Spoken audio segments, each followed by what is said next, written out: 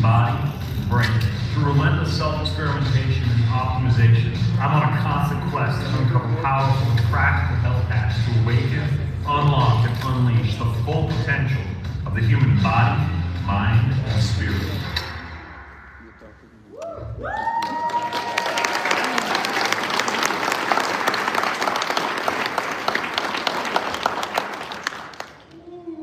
I didn't bring my baby apron. Did you bring your baby apron? Tip for you single guys out there, get a baby apron, put a small child in it, problem solved. Instant magnet. What's up? What's up, dude? You good? I'm good. Usually I get up here and talk. I'm just gonna here and sit. This is great. Usually Ben doesn't talk, and this time he's like, "Dude, we've never sat on stage before, shall we just Tim and Ben social hour. let's just shoot the shit and talk about some good stuff." So, I'm just looking at my notes here. I'm still waking up. It was a late night and an early morning, so I mean, since we started hanging out, and I called in a favour and said, "Ben, really want you in London, mate. The tribe needs you here." Yeah. You've been quite a few times now, and Yeah. you support on every event we do, pretty much. Like, what's the thing you're most excited about this year, though? This year, like down there, out there, the expo? Anything. Oh, anything. Jeez, how much time do you have? Gosh, like there's so many different avenues we could go down. I get a chance to talk to people who are way smarter than me twice a week for more than an hour on my podcast, and so I come across a lot of cool things. I would say a few. We can dive into any of these. I'll just list off a few. We can dive in. A few of the things I see as super exciting in the industry right now from a health and biohacking standpoint that are kind of coming down the pipeline that you should know about. I would say GLP agonists. Those are a big topic right now, and I think that they are going to be one of the wonder drugs of the next decade when used responsibly. I would say the same thing for a lot of the new ketone molecules that are emerging right now, things like D and L, beta hydroxybutyrate, different forms of ketones that hit the brain, or fatty acid synthesis in different ways. High dose creatine, that's one that's become very popular now. And there's certain things in the physical department. So anybody had the workout yesterday that we did? We're doing another one today. What time is that? 1 p.m. Different things in the physical department. I, for example, have been studying quite a bit of thoracic mobility and the effects that has on breath, on core, on function, on athleticism, on digestion. That's something else that's super interesting. Man, I could go on and on. And then, the biggest thing for me right now is just the emerging, shocking body evidence on the importance of community prayer and religiosity is something that seems to be dialed. There's something in like a shocking way, how like vagal nerve function and cortisol and plaque deposition, and then there's this intricate link between health and spirituality. It's shocking how much new evidence is coming out. I love that you talk about that, because yesterday when I was on stage with Rangan, and he was talking about higher purpose and forgiveness and purpose, basically. And someone came up to me afterwards and said, "I love how this is a health optimization event, and we talk about all the details, but also the thing that drives everything below it." And they didn't expect it, and they said it was so good to see that a higher purpose. And I'm not saying whether it's religion or a higher calling for yourself is happening more and more in this space. And it's something I've noticed with our colleagues, is that the more they know about how the body works and how intricate and amazing it is, the more they realize there's something bigger going on here. And something bigger going on, and when you realize all the intricacies in the metabolic pathways, how kind of like screwed you'll be in 40 years when all of it starts to go away and you're left with that single infinite spark inside of you that you hopefully haven't neglected for the past few decades. Which is why I think that's one of the most important and often neglected topics to talk about.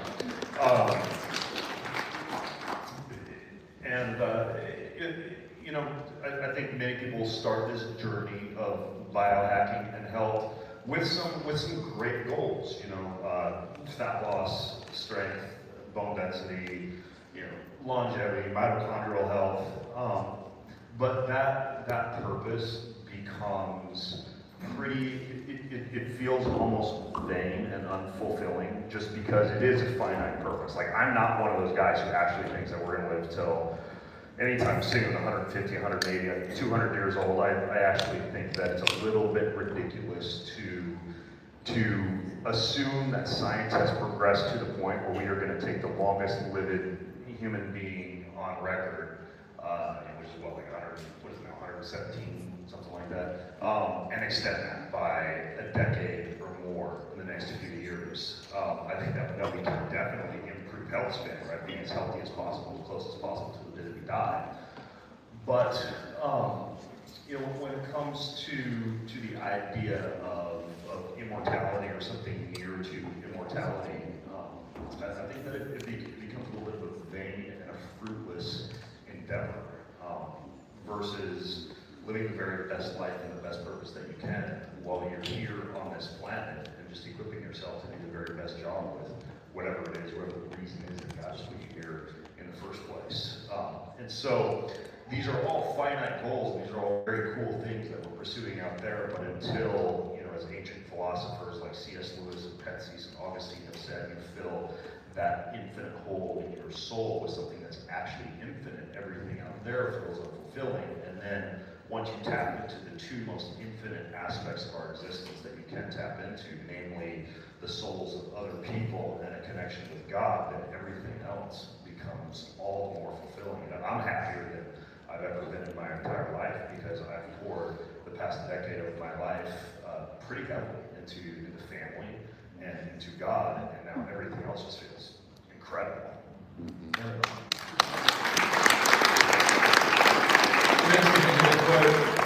I read out yesterday, which is if you want to shrink your problems, grow your purpose.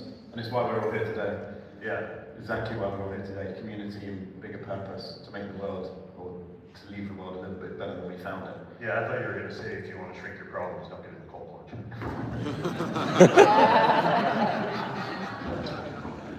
You don't want to get your problems. So one thing you mentioned in that list also I want to dive into is creatine, because it's having its comeback right now, and I've heard some brands doing absolutely ridiculous numbers on creatine, which has been around and known as one of the bro supplements, because I think it's the second most studied supplement of all time. Yeah, it's up there official in terms of the number of studies and the extent of safety. Does anybody here take creatine regularly? Yeah. Obviously. Look at all those meatheads out there. One thing I heard you say on the podcast, like before we knew each other, was people think, oh, creatine messes with your sleep, right? And I remember you saying, yeah, people say creatine messes with your sleep, but you went on to say, actually, it makes you so much more efficient at producing energy, because a lot of our energy goes into creatine as it is, that actually our body needs less time to repair, so therefore we don't sleep worse, we actually need less. Exactly, right? You look at ATP, and ATP, that is a triphosphate. For one of those phosphate molecules to be replenished, you need another phosphate, and that comes from CP, which is creatine phosphate. So arguably, if you are sleep deprived, it is one of the best hacks, and also one of the best neurological hacks that's now got a growing body of research behind it for things like sleep deprivation, neurological health, and even staving off early signs of things like dementia and Alzheimer's at higher dosages. When I say higher dosages, be careful if you take more than 5 grams of creatine at a time. You do risk disaster pants. But spreading it out throughout the day in small doses. If you think about sleep, right, there's a lot of things that happen during sleep, right? Lymphatic drainage and emotional processing and learning consolidation and memory, assuming that you're not smoking weed before you go to bed. And when you have a poor night of sleep, two things that happen are an absence of cellular repair and an absence of replenishment of ATP levels. So if we want to talk about biohacking, two of the things that I do and swear by, if I'm sleep deprived, I actually do it every day since I got to London, just because I'm a little bit lagged from the change in circadian rhythmicity, is high dose NAD, because that sparks the cellular repair component that would normally occur during a good night of sleep, and high dose creatine phosphate. I'm doing 20 grams of creatine a day right now to replenish the ATP that I'm not adequately replenishing during sleep. You wouldn't need to do something like that every day, but I think you can make a pretty strong case for the old school standard 5 grams of creatine a day, especially for those of us who want to neurologically perform, upping that to around 10 at least. So what he said was, if you take creatine and MAD, you have more energy and you need less sleep. Yeah. And honestly, there's so many fancy forms of creatine now that I don't want to throw anybody under the bus, because you could buy like super expensive, like tryptophan hydrogenated, like one arm harvested by monks with unicorns. And creatine monohydrate, just pure plain Jane creatine monohydrate, if it's pure, and a lot of the good brands are using Creapure or another one down on the floor right now, Creavitalis. These are 2 forms of creatine that are pure and efficacious, but it's still just plain Jane creatine monohydrate. You don't have to get that fancy, which is what's cool about creatine. So there's 2 brands downstairs, just to let you know. Will Powder's outside with their disco van. Who's seen it? Who's seen the disco van? Love that you guys were dancing out there last night. And then there's Love Life supplements as well, which do, they actually have creatine lozenges that you can crunch on throughout the day. So if you want to chew on 20 of those a day, it actually makes it very easy. I was walking around with a pocket full of them yesterday. So that's Love Life supplements. Okay, so I mean, what are the top three things you're doing every day at the moment for your health?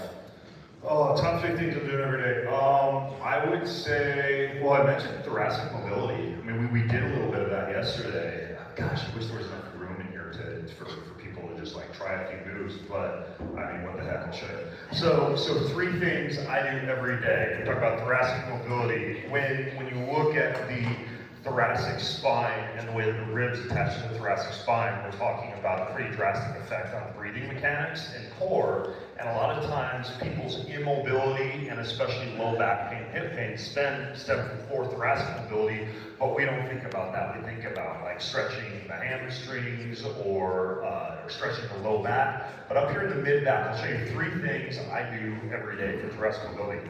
The first is, we did this yesterday in the workout. 1 foot forward, 1 foot back. You drop into what's called the world's greatest stretch. So you're kind of down here in like a sprinter start position.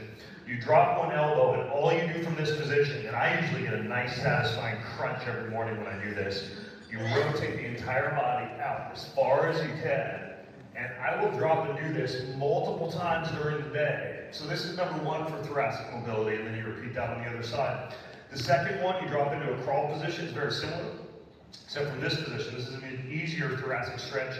You pull one arm under the body and then rotate into full thoracic stretch here. So this is exercise number 2 that I do every day. And I mean, it changes a lot. I mean, even like your freaking like pooping mechanics, it does a lot for digestion. And the last one, you drop into a deep squat. You grab one ankle like this. You rotate up in this direction. Then you grab the other ankle and you rotate up in the other direction.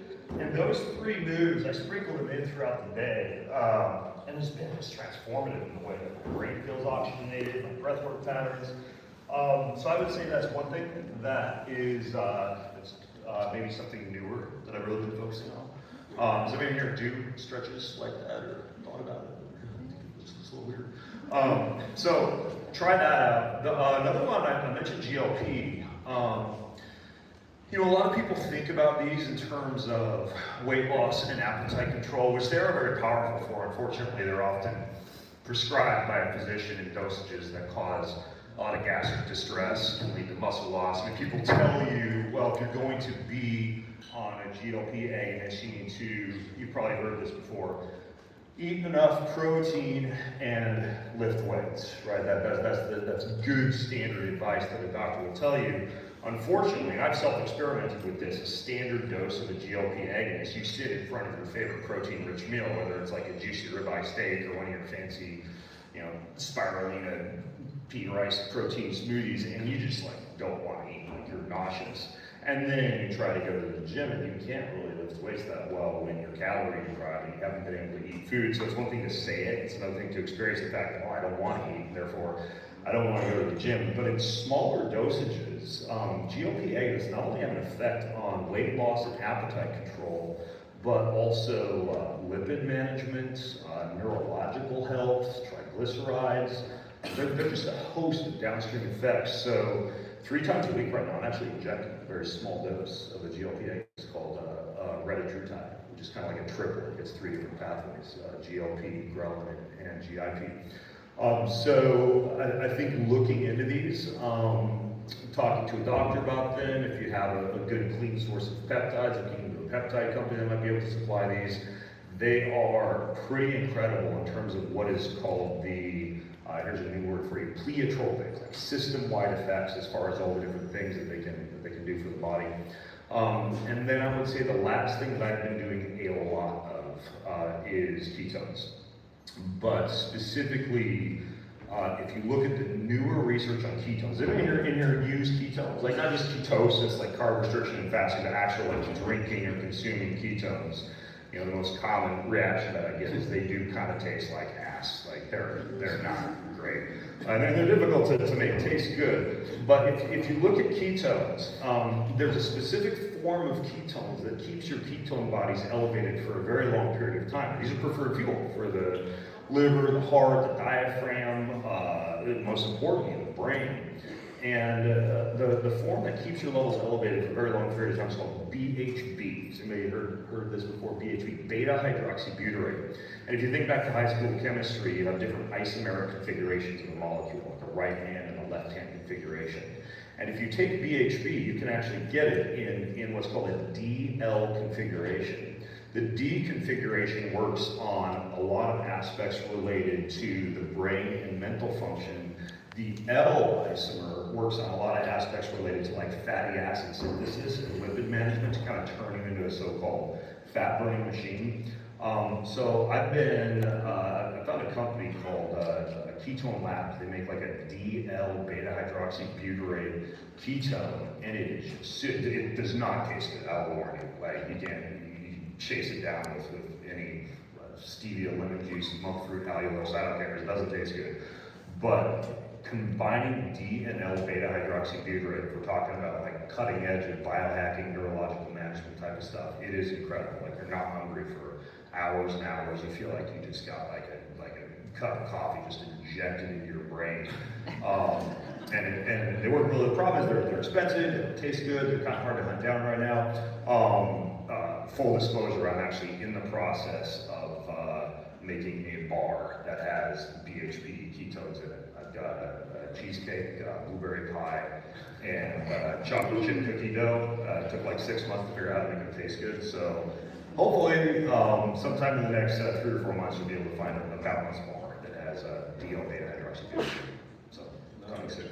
It's, I remember the first time I had some BHB, I think it was Perfect Keto or something or other, and it was me and Tony Wright and our MC, and it was like, let's hang out tonight. It's like, as 38-year-olds at the time, and it was like, right, what should we do tonight? And we party, I've got some BHB, let's try this.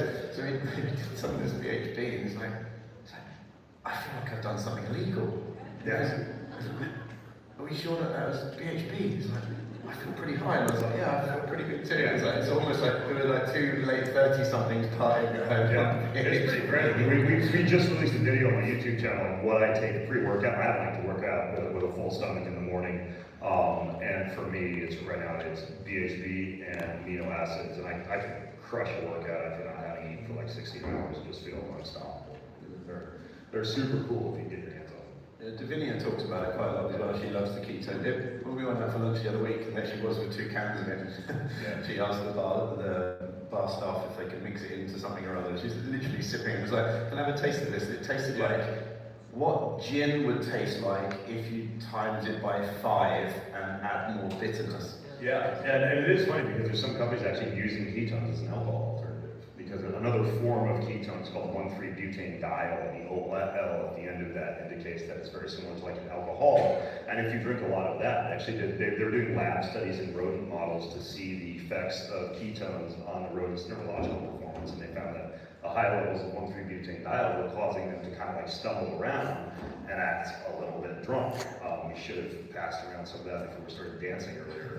Somebody's gonna use it. But 1,3-butane-diol, basically in higher dosages, it's kind of cool because it can act as a little bit of an alcohol alternative, but it doesn't get converted into acetaldehyde. So you get some of the alcoholic effects without without the actual damage to your liver. You do not want to convert, or you don't want to combine it with alcohol. I don't know if I should say this from stage, but basically the chemistry of 1,3-butane-diol, if you combine it with alcohol, basically turns it into something very similar to GHB, which is essentially the drug that's outlawed in most countries now because of its effects on heavy sedation and the problem with people. So what was that? You ever heard what was that combo? You ever heard you basically, you roofie yourself if you combine 1,3-butane-diol with alcohol, which is a good hack if you want to fall asleep, just hope the house doesn't catch on fire. So what do you think of DHM as an enzyme?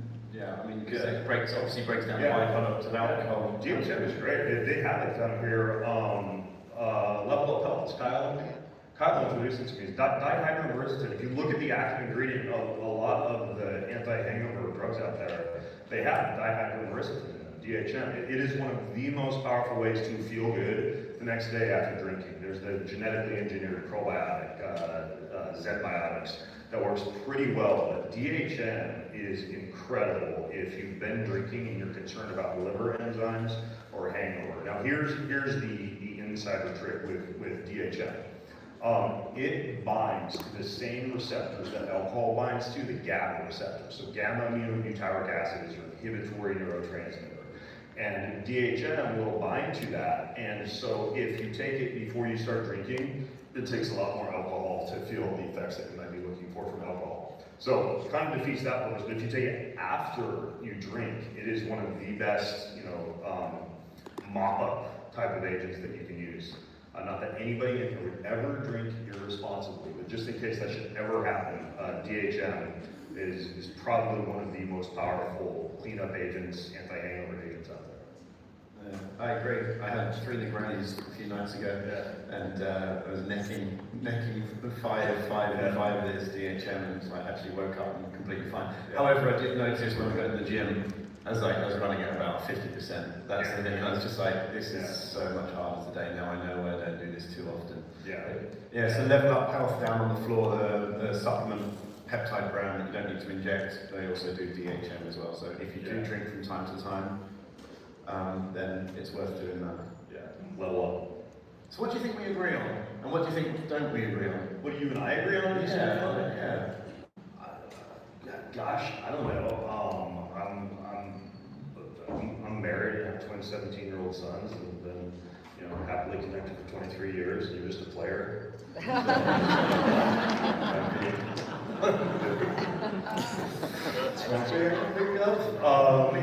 You're British. We could rephrase that to say looking for a partner in crime. Tim is available.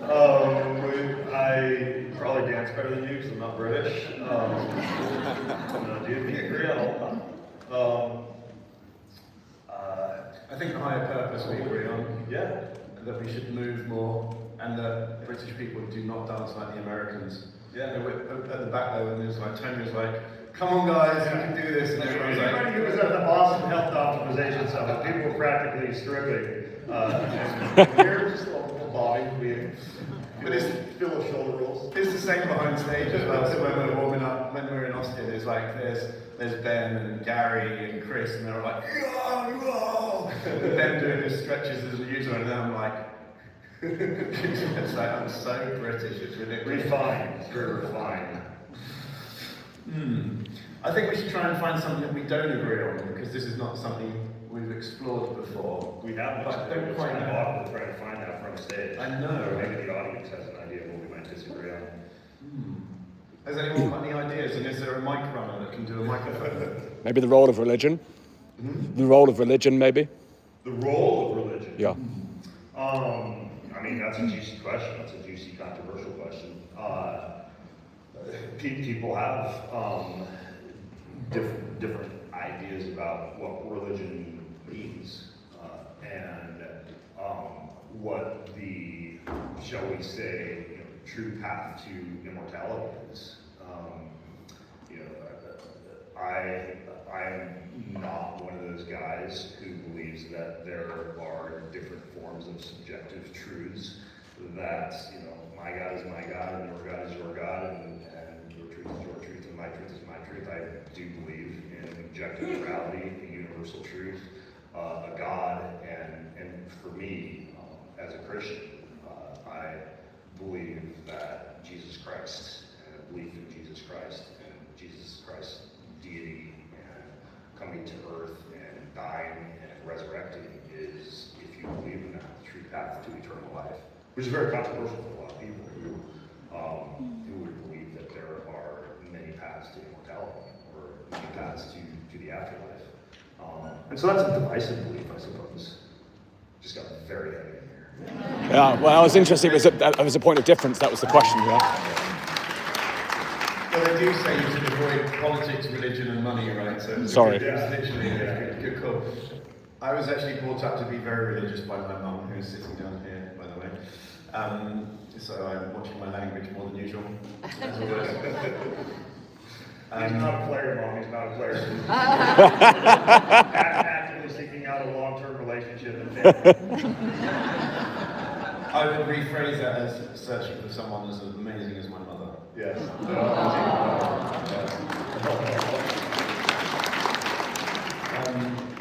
Yeah, it's quite funny. The more you grow up, the more you realise how amazing your parents are as role models, one way or the other. It's like actually, she's set the standard quite high. To be fair, Mum. So yeah, I know I agree. I was brought up very religious, and I kind of like lost my way and didn't really care too much, and was focusing on building a life and wealth and a bigger movement and all these cool things. But the more I got into health, and the more, I guess, Maslow's hierarchy of needs, the more you put a roof over your head and conquer the things you want to conquer, you look for a bigger meaning. So one thing on this that I do think, and every religion thinks that their one is the one. And like, I kind of think that there is one overarching higher power. Very similar to how Vision from Mind Valley talks about it actually. It's like, I don't believe in being set in specific rules, but believing there is a higher power that has built stuff. I mean, I heard something on Instagram the other week actually. It's like, atheists think nothing created everything, which is far less plausible than something created everything. Right.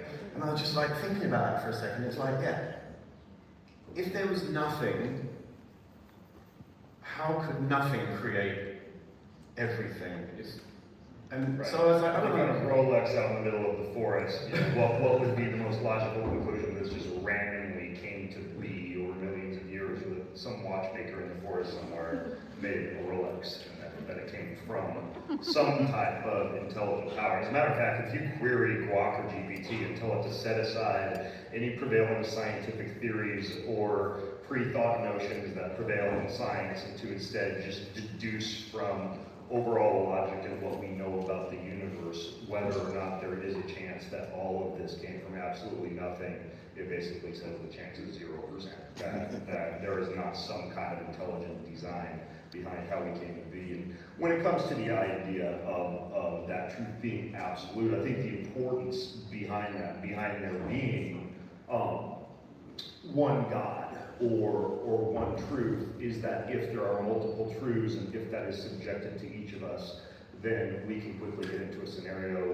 where, one sect of people might believe in something horrific, like racism or murder or theft or anything else that might offend another people group, but because that's the subjective truth that they've come to, then we would have to assume the fact that they have to be right, because everybody's truth can be their truth. So I think that some form of objective morality is important, but I think boots on the streets, and you kind of started to get into this, Tim, I was on the same path, right? Like for me personally, business was like top of the totem pole, and I think I briefly talked about this last year. For the longest time, I pursued business and making money hardcore because I justified to myself that I was out there bringing home the bacon, taking care of the family, and at some point I would reach the level where I really could be like a fully at present, father, husband, and someone who was dedicated to my family. And simultaneously, because business was the highest pursuit, the first thing that happens in the morning is you are checking emails and Slack and taking your texts and making your phone calls, because that's what you need to do if that's the highest priority in life. And I remember it was like 12 years ago, I sat down with this incredible entrepreneur, father of some insane, like 11 children. triathlon. He said, Ben, if business keeps being your top priority, business will eat you alive because you will get to inbox zero and it will fill up again. You will get to 1 million, you need to be 10 million, and 10 million, you need to be 100, and 100 need to be 1 billion. And until you get your priorities set in life, and this is back to the immortal being what is truly satisfying, you will never be happy in life. And he gave me what are still now my top 5 priorities in life, meaning number 1 is God and my spiritual life. So the very first thing that happens when I wake up, I use something called the daily audio Bible. I listen to 30 to 40 minutes of just basically scripture, good, positive, uplifting words. And then the next thing that I do is pray. So my spiritual armor goes on first. Second is family. We have our big, glorious morning family huddle, 7 a.m. every morning. We're all in there like clockwork, hugging, talking, and chatting about the day. What are we going to do for dinner? Who's got the car? Who's going where? And then we read the Bible, we pray together, and so we take care of each other spiritually.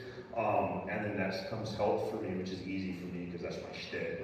I'm supposed to be on Instagram with my shirt off, so take care of my health, hit the gym, and then finally the last one is business, right? And business comes last, and you think that because of that I might be less fulfilled or feel like I'm not fulfilling Maslow's hierarchy and I don't have enough to go around. But now that that's my order of priorities, right? Like God, family, health, and business, everything just flows and it feels so much better. So when you think about the way that you live your day, especially with all these biohacks out here, yeah, you could spend your entire day like cold and hungry and needleless, huddled up inside of the hyperbaric chamber or cryotherapy or whatever, but it's not very fulfilling when you really can get like super fit, super lean, really good mitochondria, and it doesn't really matter at the end of the day. So there will be enough time every day, trust me, to do like the biohacks and get your workout and everything in, but even if it means waking up a half hour early, just carving out time early in the day, and I know many of you may not have a family, but even if it's just you and God, like finding that time early in the day to get that done, it is, I'm only sharing this because we're talking about health right now, and this is one of the most transformative things that I've done for the past 10 years. It just makes everything else that we're doing so much more fun and meaningful when you realize that the reason that you're getting healthy and optimizing your body is to better equip yourself to live out the purpose that God has created for you.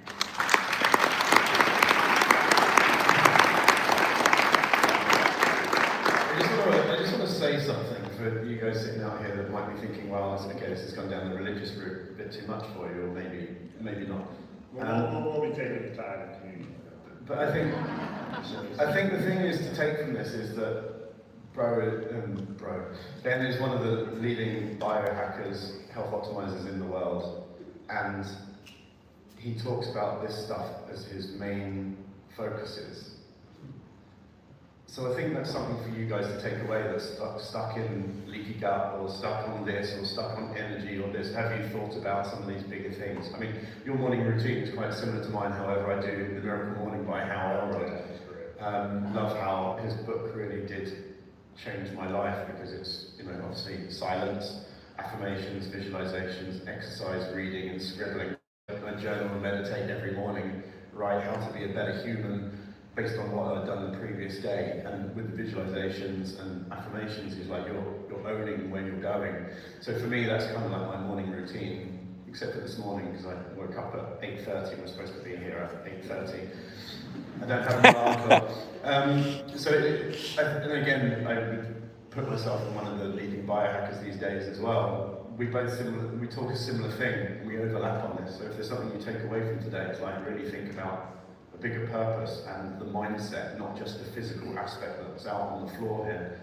I think it's so powerful, really powerful. It's one of my biggest takeaways, and I feel like so much more driven in the best place, at 46, in the best place in my whole life, mentally, energetically, everything, just from having this morning routine, but not a 5-hour hormosy, That is a good point about time. We only have so much time in the day. I think there's a book, it's called like Biospirituality or something like that. And it is interesting in terms of drawing a corollary between using things like light, sound, electricity, and the ability to shift the body into a meditative, like theta state, which theoretically would make you more receptive to spiritual activities. So what I'm getting at is there actually isn't a reason that you couldn't get up in the morning and put on your red light helmet and sit on the PEMF mat in front of your biocharger like read the Bible.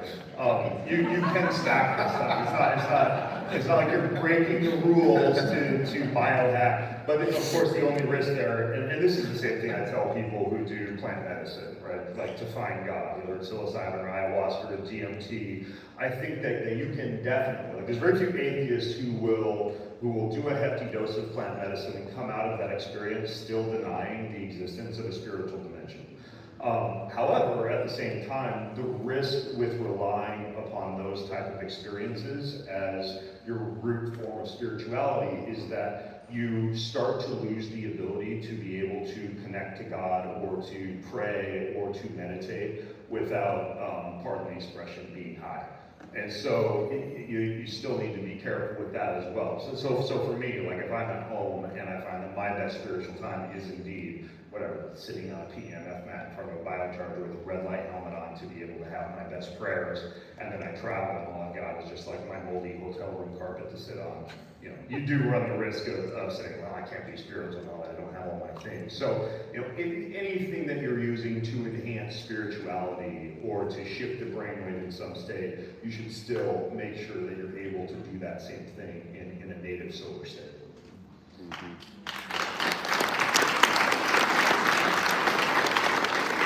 So officially we've got 000 on the clock, but I know a guy, so I think I want to ask 2 more questions. I love, one thing I admire about Rangan Chatterjee and yourself and one of my dearest friends is that they don't compromise when it comes to their kids. And they are very present as a father. Like, really admire this trait. And so, as I mature and start thinking about these things at some point in the future, it's relevant for me, but I think it's a nice thing to hear that there's a biohacker that's a family man, that's not just a single dude. And I would like to ask you, if you could give, out of everything you know, other than the spirituality or religious route, if there's one lesson you could give your kids that everyone could take away from today, what would you pick? My sons, right now, literally, while we are here talking on stage, are 6 days into a 10-day vision quest in the wilderness. Somewhere out in North Idaho, hopefully not eaten by a bear. I haven't heard from them in a very long time. They have a wool blanket, backpack, a knife, and some water.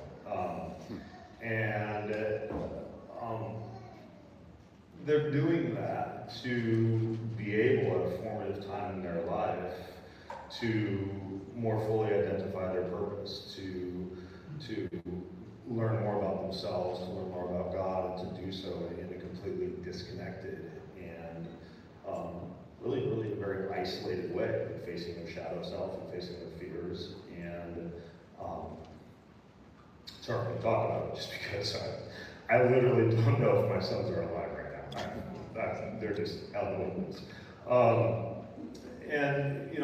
I wrote this book. I didn't write it. It's an anthology, kind of like Tools and Titans of parenting advice from some of the most incredible entrepreneurs and parents I know. It's called Balanced Parenting. There's one page in that book that's called Common Threads, and it's all of the different things that parents really seem to focus on repeatedly, common themes throughout the book.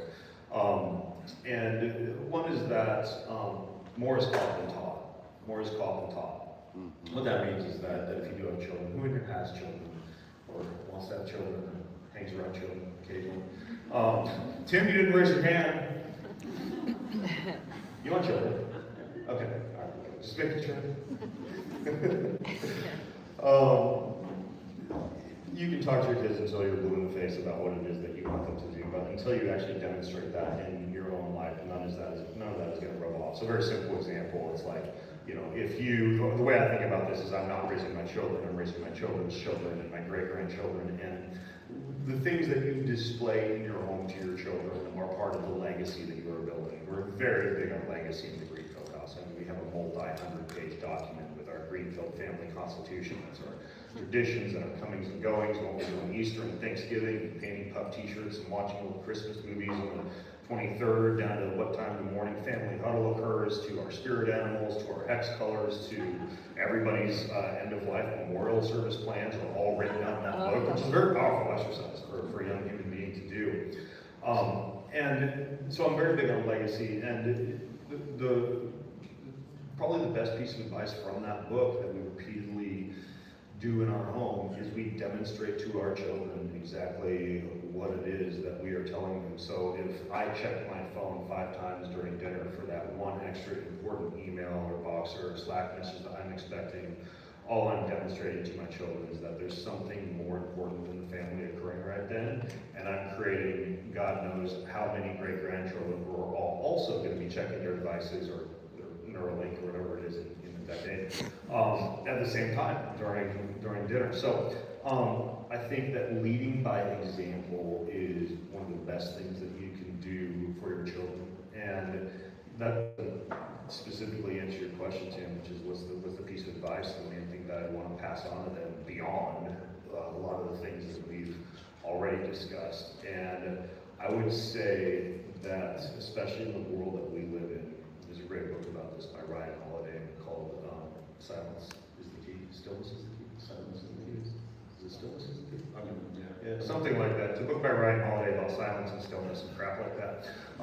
So the idea is that you need to carve out time to be in the still small silence, and I think one of the most incredible things that my sons have learned, they go to wilderness school every summer, and part of the lineage that they study under involves, it comes from a Native American tradition of having a sit spot, the very same place that you go out to every morning. No matter what, you watch the leaves change and how the trees change and how the rocks change and what moves and how insects navigate, and you're out there every single day at the same time, and it's just called a sit spot. And so many of us don't find time to just step away from the madness and the hubbub that is the modern life that we live in to find that still small silence. And back to God, there's actually a great part in the Bible where there's a prophet. His name is Elijah's in a cave, and he's waiting for God to come and talk to him. First he hears the thunder and the lightning, and then he hears the great winds blowing, and and a great quaking of the earth, and yet God, has not come. And then finally, everything quiets down, and it's right there in the very still, small silence that God finally appears and speaks to that prophet. And I think that one of the best ways back to identifying your purpose in life and your connection to God, to make a place for that to happen, is to actually find a time in your day where you're just stepping away, even if it's 5, 10, 20 minutes, and just engaging in pure silence, your own thoughts, yourself, God. And I think it's one of the best habits that you can implement. I call it the shower moment. I mean, who here gets the best ideas in the shower? It's probably the only 5, okay, if you're a female, 25 to 55 minutes, if you're a male, 3 to 5 minutes. Tons of people doing the 2-minute icy cold shower. Okay, so we need to wrap it up, but I've got one more question for you, Ben. Yeah. And you've been to pretty much all of our events except for the very first one, so thank you, mate. Appreciate you. Yeah. Why'd you come back every year? I come back every year for you guys. I live out in a tiny little town in North Idaho with no gas station, no grocery store, and I don't see a lot of people when I don't get out much. I come to a place like this, and I see so many people who are passionate about their health.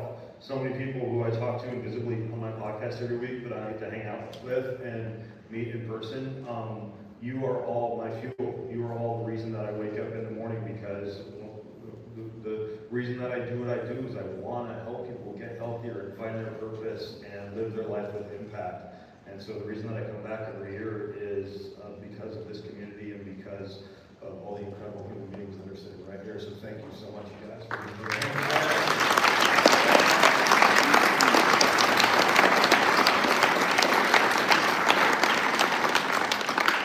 Thank you very much, guys, for listening to 2 biohackers chat stuff on stage, and a bit spiritual and deep and family and everything. So have an amazing day, guys, and thank you very much.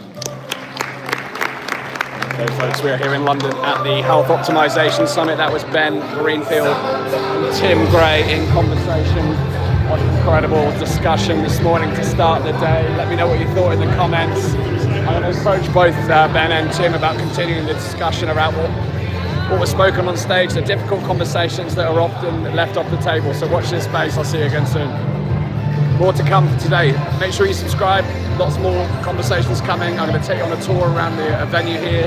Lots of the vendors, a lot of the principles that we were talking about in terms of biohacking, health optimization. We're going to dive deep into those today. I'll be taking tons of notes and following up on this session. So watch this space. Enjoy the rest of the day. Big love.